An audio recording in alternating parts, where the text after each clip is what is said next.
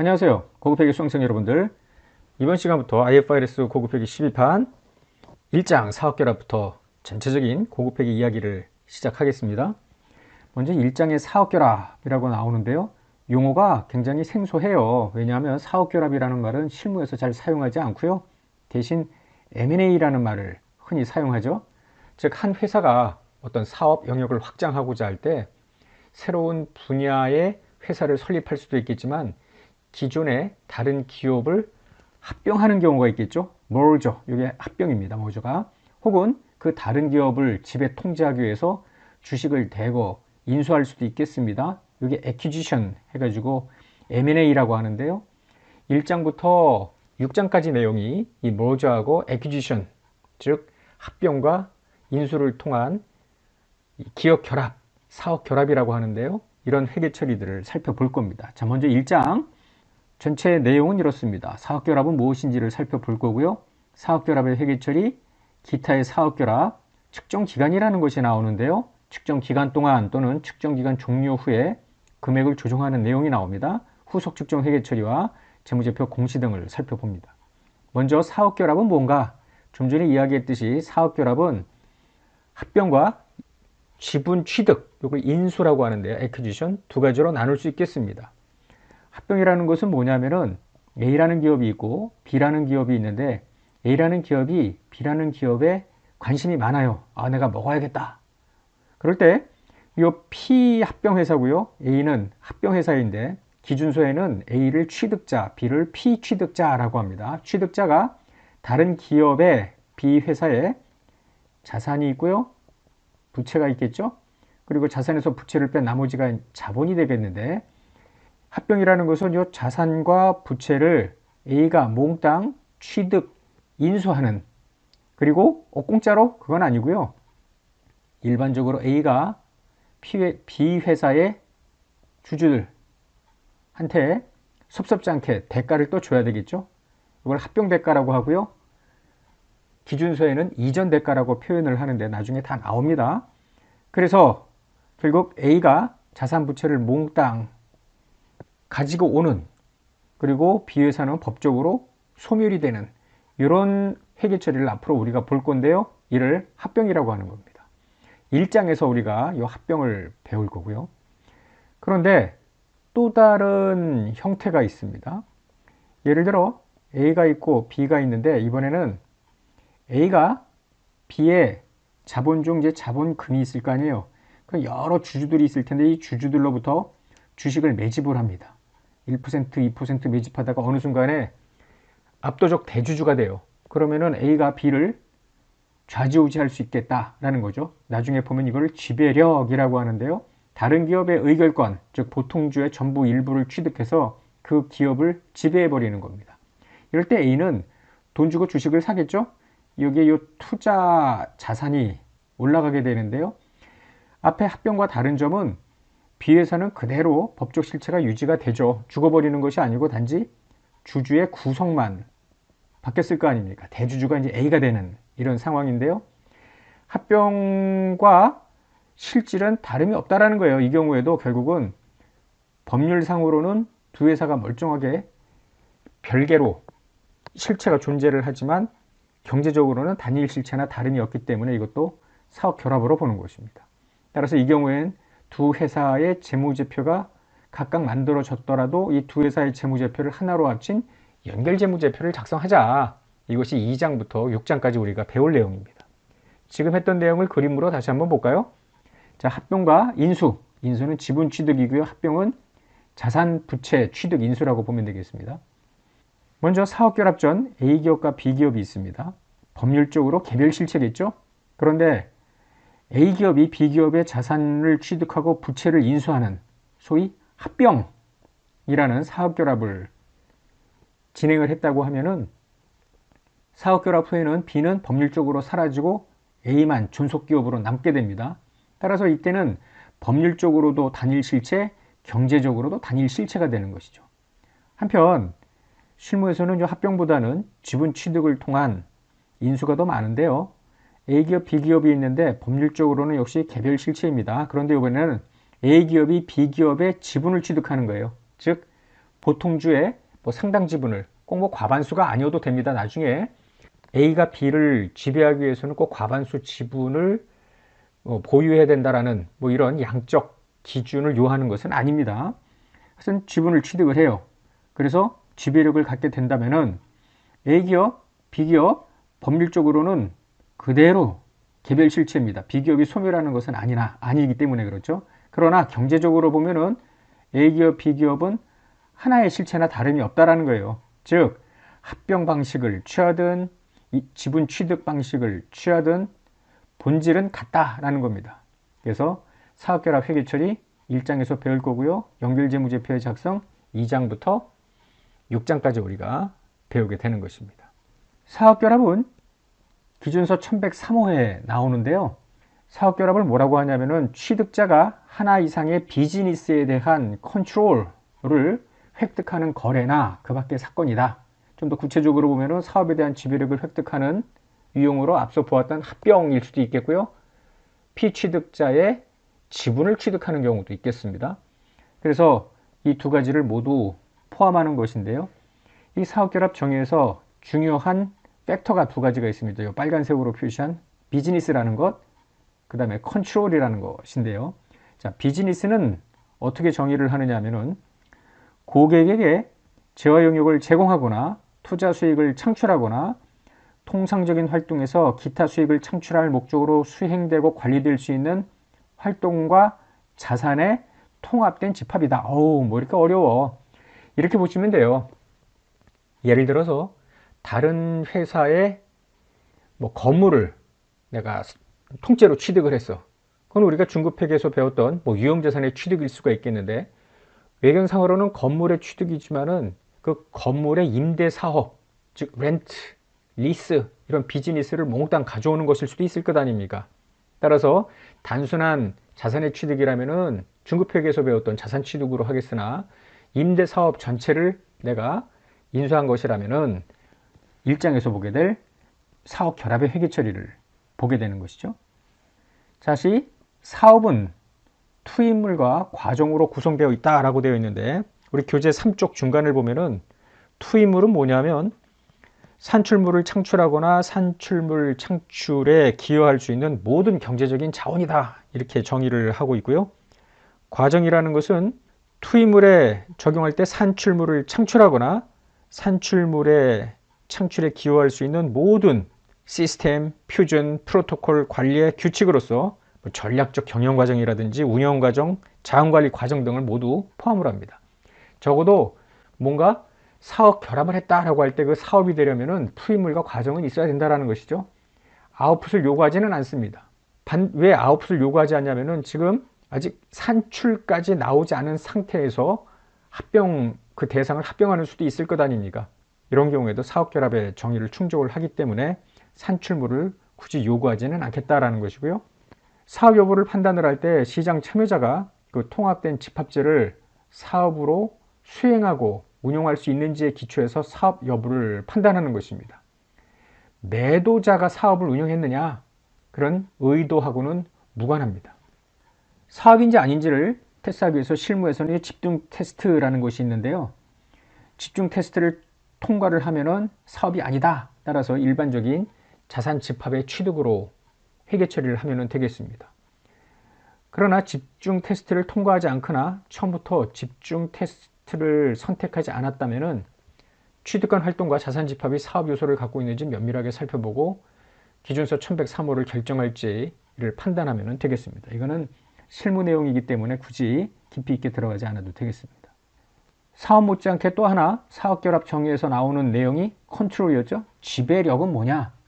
상대방을 좌지우지할 수 있는 그런 능력이라고 보면 돼요. 근데 요 기준서 1103호가 아니라 1110호, 우리가 2장부터 배울 연결재무제표에서 지배력을 정의하고 있습니다. 피투자자에 대한 관여로 인볼브를 한다는 겁니다. 관여로 내가 변동이익에 노출되거나 변동이익에 대한 권리가 있고, 즉 상대방 회사에 이익이 많이 나면 나도 덩달아서 그 이익을 향유받을 수 있겠고요. 혹은 주가가 높아지면은 혹은 내려갈 수도 있겠고요. 그러면 내가 갖고 있는 투자 지분의 어떤 가치 변동에 노출이 될 수 있겠죠. 피투자자에 대해서 자신의 힘으로 내가 피투자자에 대해서 파워, 힘입니다. 파워를 갖고 있어야 돼. 그리고 그러한 파워만 있는 걸로 끝나면 안 되고요. 이익에 영향을 미칠 어빌리티, 능력까지 있으면 피투자자를 지배한다. 이 정의가 만만치는 않은데요. 지금 볼 내용은 아니고 그냥 상대방 회사의 어떤 경영에 내가 좌지우지할 정도의 어떤 힘을 발휘할 수 있는 능력이 있다. 그 정도로만 생각을 하고요. 이 내용은 2장에서 자세하게 배웁니다. 2장부터 1110호 연결재무제표이기 때문이고요. 지금 보면은 1103호가 있고 1110호가 있는데 1103호는 전반적인 사업결합을 정의를 합니다. 사업결합 중에 연결이라는 것도 있다고 했죠. 즉 사업결합은 크게 합병하고 연결. 이게 이제 지분 취득의 경우에는 멀쩡하게 두 회사가 있으니 그럼에도 불구하고 경제적으로는 하나이기 때문에 재무제표를 합치자. 이 연결재무제표 작성이 2장부터 있게 되는 것인데 이렇게 두 가지 경우를 1103호가 모두 담고 있죠. 즉 1110호는 1103호의 일부라고 보아도 되는데 이건 연결재무제표. 그래서 본장에서는 1103호를 배우면서 연결은 1110호이기 때문에 1장에서는 합병을 중심으로 한 사업결합을 이야기하고자 하는 겁니다. 다음의 경우는 사업결합이 아니기 때문에 1103호 적용을 배제하겠다라는 건데 공동기업의 구성, 이건 이제 조인트 벤처라는 말을 흔히 사용을 하는데요. 예를 들어 두 당사자가 합작회사를 하나 설립을 해요. 조인트 벤처라고 하는데 그걸 공동기업이라고 합니다. 나중에 7장에서 배우는데 50대 50 이렇게 지분 출자를 했다고 가정을 하자고요. 꼭 뭐 50대 50이 아니어도 49대 51이더라도 어느 한쪽이 단독으로 조인트 벤처를 좌지우지할 수 없다면 그건 지배력이 아니고 공동지배력입니다. 공동지배력은 사업결합에 해당이 되지 않기 때문에 기준서 1103호를 적용하지 않습니다. 혹은 사업을 구성하지 않는 자산이나 자산 집단의 취득, 일반적인 자산 집합을 취득하는 사례입니다. 토지와 건물을 일괄 취득한다든지 이렇게 중급회계에서 배웠던 그런 내용입니다. 사업을 구성하지 않느니라고 했습니다. 세 번째로는 동일 지배 하에 있는 기업이나 사업 간의 결합을 이야기하는데요. 동일 지배의 사업결합이라는 것은 뭐냐면은 사업결합 전과 사업결합 후에 걸쳐 달라지는 것이 하나도 없는 처음부터 궁극적으로 지배하고 있는 그 상태가 그대로 유지가 되는 이런 경우에 사업결합을 말하는 것입니다. IFRS에서는 아직 동일 지배의 사업결합에 대한 기준서가 제정되지 않았기 때문에 기업이 알아서 회계정책을 직접 개발해서 적용하면 되겠는데요. 예를 들어 이런 경우입니다. P라는 회사가 있고요. P가 A하고 B 회사를 직접 지배한다고 가정을 해요. 얘가 지배기업, 얘가 종속기업, 얘도 이제 종속기업이라고 보면 되겠는데요. 이런 상태에서 첫 번째 경우는 이런 거예요. P가 A만을 지배하는, 즉 뭐냐면은 A가 B를 합병해 버리는 거예요. 그럼 B는 사라지고 PA 요 구조만 남게 되는 거 아닙니까? 이런 게 하나가 있겠고요. 두 번째 케이스로는 PA, B 이런 식으로. 이건 어떤 거냐면은 P 회사가 B 회사의 지분을 갖고 있을 거 아니에요. 얘를 A한테 팔아버리는 거예요. 그럼 A가 B를 지배하게 되니까 이런 부자, 손자형 형태가 되겠죠. 어떤 형태이든, 즉 1번 형태이든 2번 형태이든 궁극적인 사업결합 전의 지배력이 바뀌는 것은 아니잖아요. 사업결합 전후 지배력의 차이가 없다라는 것인데 그럼에도 불구하고 회계 처리는 해야 되는데 IFRS가 지금 요거에 대한 회계 기준이 마련되어 있지 않은 상태이기 때문에 다른 회계 기준을 적용을 해야 되고요. 반면에 우리나라 일반 기업회계 기준이라는 별도의 기준서에는 동일 지배의 사업결합에 대한 회계 처리가 있습니다. 그래서 많은 기업들이 그거를 준용하기도 합니다. 교재 6페이지를 보면은 다음과 같이 네 가지의 사업결합의 방법을 열거하고 있는데 여기에 한정되지는 않는다고 했죠. 사업결합은 여러 가지 유형의 거래가 발생할 여지가 있기 때문에 그런데요. 하나 이상의 사업이 취득자의 종속기업이 되거나 순자산이 취득자에게 법적으로 합병된다. 지금 여기를 보면은요. 넷 에셋을 사는 경우하고 넷 에퀴티, 에퀴티는 네트 개념이니까 이렇게 두 가지로 이제 나눠 볼 수가 있겠는데 순자산을 산다는 것은 자산과 부채를 몽땅 취득 인수한다는 겁니다. 그 다음에 지분을 산다는 것은 그 회사의 발행 주식을 산다는 것이고요. 이것이 합병이고 이것이 주식 인수라고 보면 되겠습니다. 따라서 하나 이상의 사업이 취득자의 종속기업이 되거나, 즉 에퀴티 개념이죠. 지분을 취득하여 내 밑에 들어오는 거죠. 회사는 피취득자는 그대로 살아있습니다. 혹은 하나 이상의 사업의 순자산이 취득자에게 법적으로 합병, 이거는 요 넷 에셋, 자산과 부채가 특정 기업의 취득자한테 모두 흡수가 돼서 종전회사는 사라진다라는 것을 의미하는 것입니다. 지금 합병과 지분 취득을 통한 인수가 모두 여기에 다 포함이 되어 있는 것이라고 생각을 하면 되죠. 하나의 결합참여기업이 자신의 순자산을 또는 자신의 지분을 다른 결합참여기업 또는 결합참여기업 소유주한테 넘김으로써 사업결합이 이루어질 수도 있겠고요. 결합참여기업 모두가 자신의 순자산 또는 자신의 지분을 신설기업이 이전, 나중에 보게 될 신설합병이 여기에 해당이 됩니다. 결합참여기업 중 한 기업의 이전의 소유주 집단이, 이전 주주들이 결합기업에 대한 지배력을 획득한다. 과거의 소유주 집단이 지배력을 획득한다. 나중에 보게 될 역합병이 역취득이라고도 하는데요. 여기에 해당이 됩니다. 자, 일단 크게 보면 합병 형태의 사업결합, 우리나라 상법에 준해서 본다면 흡수합병과 신설합병이 있을 수 있겠는데요. 신설합병, 흡수합병은 갑과 을이 합해져서 갑으로 변신을 하는, 즉 을은 소멸이 되는 이런 케이스고요. 신설합병은 갑과 을이 병으로 새로운 회사가 만들어지고 갑과 을이 여기에 흡수가 되는 케이스인데, 나중에 보겠지만 두 가지의 회계 처리는 같다고 보면 되겠습니다. 지분 취득 형태의 사업결합인데요. 다른 기업의 의결권을 취득해서 지배력을 획득, 예를 들어 과반수 지분을 취득하는 경우가 여기에 해당이 돼요. 앞에서도 계속 똑같은 이야기가 진행이 됐죠. 합병하고 경제적 실질이 같습니다. 그러나 지배기업과 종속기업은 별개의 실체이기 때문에 각각 재무제표를 만들었겠죠. 그러나 회계에서는 두 회사가 하나로 합쳐진 것이나 다름없다라고 간주를 하기 때문에, 즉 경제적 단일 실체로 간주하기 때문에 연결 재무제표라는 것을 만들어야 됩니다. IFRS에서는 연결 재무제표 작성이 의무이고요. 이것이 기본 재무제표입니다. 우리나라에서는 물론 IFRS를 받아들이고 있기 때문에 연결 재무제표 작성 의무이고요. 또 각각의 지배기업 재무제표, 종속기업 재무제표도 각각 작성해서 공시를 해야 됩니다. 이런 자세한 내용들은 2장에서 또 설명이 있겠습니다. 이번에는 지분을 취득을 하는데 사업결합이 아닐 때는 어떻게 하느냐라는 건데, 지분을 취득함으로써 조인트 컨트롤, 공동 지배력을 취득할 때는 어떻게 하느냐, 앞서 이야기한 조인트 벤처가 여기에 해당이 됩니다. 지배력과 공동 지배력은 완전히 다른 거예요. 따라서 공동 지배력 취득은 사업결합이 아니기 때문에 취득한 자가 돈 주고 지분을 취득했을 거 아닙니까? 그 투자 자산을 공동기업 투자라는 계정으로 회계 자산 처리하고요.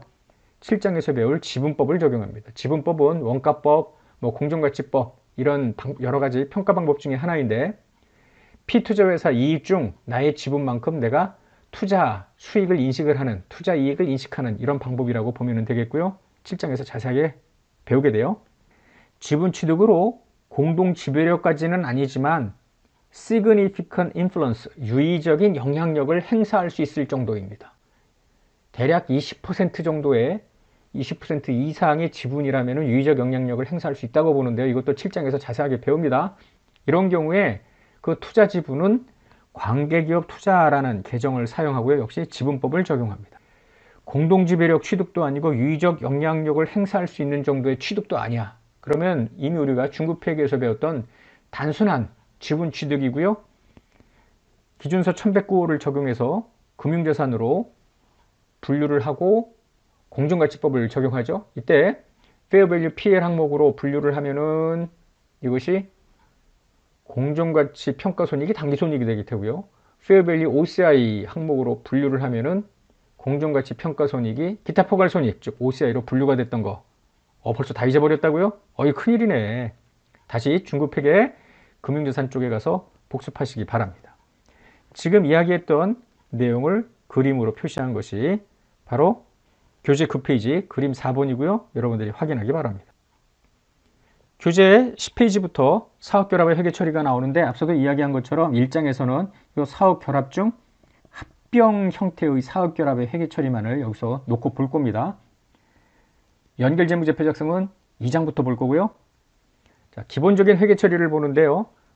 사업결합은 취득법을 적용하는 겁니다. 즉 결합 참여 기업 중에 한 회사를 취득자, 다른 회사를 피취득자로 일단 구분을 해야 됩니다. 누가 취득자고 누가 피취득자인지. 그리고 나서 취득자가 공정가치로 피취득자의 자산과 부채를 취득 인수하는 회계 처리를 하는 겁니다. 이것이 취득법, 합병의 경우에 취득법의 회계 처리인데요. 취득법 말고 다른 법도 있는가? 과거에는 있었어요. 우리 10페이지 위에서 두 번째 문단처럼 지분통합법이라는 방법도 있었으나 지금은 취득법으로 단일화됐기 때문에 훨씬 편하죠. 오로지 한 가지 방법이다. 이렇게 생각을 해요. 자, 취득자 회계 처리, 중급회계에서 했던 그런 류의 뭔가 취득입니다. 가지고 오는 대가를 지급하고 가지고 오는 그런 분계이기 때문에 뭐 썩 어렵진 않습니다. 자, 취득자, 피취득자로부터 자산을 갖고 옵니다. 부채도 가지고 옵니다. 이때 요 금액들은 공정가치입니다. 공짜로 갖고 오면은 좋겠지만 거의 그런 경우는 없겠죠. 뭔가 대가를 지급해야 되는데 현금 등의 자산일 수도 있고요. 실무에서는 대부분 취득자의 주식을 줍니다. 취득자가 합병을 하면서 새로운 주식을 발행하여 신주를 발행을 합니다. 따라서 현금, 자본금, 뭐 주식 발행 초과금 이런 계정들이 사용이 되겠죠. 자, 그러면 A와 B의 차이, A-B가 피취득자가 갖고 있는 순자산의 공정가치입니다. 이걸 예를 들어 100이라고 가정을 해보자고요. 뭐 이게 300, 부채가 200 그러면은 100이 될 거 아니에요. 자, 요거 C를 실무에서는 합병 대가라고 하는데 우리 회계 기준에서는 이전 대가라고 합니다. 이전 대가. 현금 혹은 주식을 발행하는데 발행 주식의 공정가치입니다. 이 공정가치 예를 들어 130이라고 가정을 해요. 일반적으로 더 많은 대가를 주고 사요. 왜냐하면은 상대방 회사의 주주들이 더 많은 대가를 요구할 것이고요. 우리 회사가 지금 장부에 니네들이 파악하지 못한 브랜드 네임이라든지 회사의 어떤 레퓨테이션, 우수한 인적 자원 이런 거일 수 있는데 어떻게 날로 먹으려고 그러냐, 더 달라고 요구를 할 거예요. 그래서 일반적으로 더 배팅을 하는 것이죠. 그러면 30만큼 초과 지급액이 생기죠. 100짜리 회사를 자산에서 부채를 빼면은 100인데 130이나 주고 사니 30만큼 차이가 여기에 생기겠죠. 이게 영업권입니다. 흔치는 않습니다만 이전 대가가 적어. 그러면은 대변의 차이가 생길 수도 있겠는데요. 이걸 염가매수 차익이라고 합니다. 다음 시간에 자세하게 다 배우게 됩니다. 영업권, 염가매수 차익. 어쨌든 취득일에 이렇게 두 가지의 계정들이 새로 발생할 수 있겠고요. 이러면서 피취득자는 법률적으로 소멸이 되고요. 사라지는 겁니다. 취득자는 자산 부채가 빵빵하게 늘어나겠죠. 취득일부터. 뭐 이런 회계 처리를 우리가 앞으로 볼 겁니다. 다 됐네. 지금 너무 쉽게 이야기한 거고요. 우리가 앞으로 배울 건 뭐냐면은 이 자산이라고 여기 부채라고 표시한 이런 것들이 실제로는 세부 계정들이 많잖아요. 이런 것들을 어떻게 인식하고 어떤 금액으로 측정하는지, 그 다음에 이전 대가도 여러 가지 조건이 있을 수도 있거든요. 이런 것들을 어떻게 측정하고 분류를 할 건지 등을 앞으로 우리가 배우게 될 겁니다. 차근차근 들여다보자고요. 자, 예제 1번 합병의 기본적 회계 처리를 보는데 X1년 초에 갑온 의뢰사의 자산 부채를 취득 인수했대요. 사업결합에 해당이 된대요. 단순 자산 취득은 아니다 라는 것이고요. 취득일 현재 의뢰사 자산의 공정가치 5만, 부채는 만, 도합 순자산의 공정가치는 4만짜리 회사입니다. 갑은 이전 대가로 현금을 지급했대요. 자, 갑은 이전 대가로 5만 5천을 지급했대. 어떻게 보느냐, 어떻게 회계 처리하느냐라는 건데 순자산 공정가치 4만의 회사를 5만 5천이나 대가를 주고 취득을 했으니까 15,000만큼 초과 지급이 있었죠. 그게 영업권으로 표시가 될 거예요. 분계는 다음과 같습니다. 이번에는 무릎 1에서 이전 대가로 35,000을 지급했습니다. 싸게 샀네. 5천만큼. 분계를 해보면 5천만큼이 염가매수 차익 이렇게 나오게 되는데요. 나중에 보겠습니다만은 영업권은 이미 우리가 중급회계에서 배웠겠습니다만은 무형 자산으로 분류를 하고요. 영가매수 차익은 당기손익입니다. 이 PL 항목으로 보면 되죠. 예제 하나 더 풀고 이번 시간 강의를 마치겠습니다. 사업결합 거래와 중급회계에서 배웠던 일반적인 자산 취득 거래를 한번 비교해 보자고요. 갑은 의뢰사가 임대 목적으로 사용하던 건물과 부속 토지를 현금 10만을 지급하고 취득했다는 거예요. 취득을 현재 건물 토지의 공정가치는 2만, 6만 이렇게 됐습니다. 상기거래가 사업을 취득한 것이 아니라 단순히 임대형 부동산을 취득했다면 어떻게 하느냐? 중급회계 때 어떻게 했어요? 건물과 토지 묶어가지고 일괄하여 10만에 샀다고 할 때 10만을 건물과 토지의 공정가치에 비례해서 안분했던 거 기억나죠?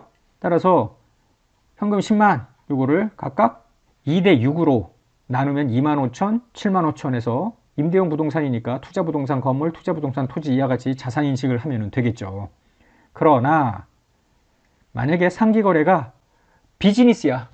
인풋과 프로세스를 모두 내가 취득을 함으로써 지배를 할 수 있는 뭐 이런 상황이라면은 이거는 사업 결합 회계 처리로 해야 되겠다라는 것이죠. 그럴 때는 어떻게 하는 거예요? 앞서 보았듯이 요 자산, 부채를 공정가치로 요 이전 대가, 지급한 대가, 여기 현금뿐이 없으니까 현금의 공정가치는 그냥 현금일 거 아니에요.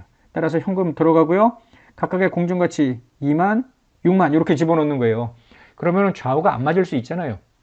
의뢰사가 영위하고 있는 임대사업의 미래 전망을 뭐 긍정적으로 봤겠죠?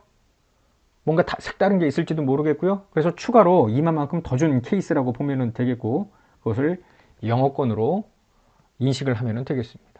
자, 오늘 아주 기본적인 것을 워밍업 수준에서 설명을 했고요. 다음 시간부터 본격적으로 좀 깊이 있게 들어가 보도록 하겠습니다. 자, 수고하셨어요.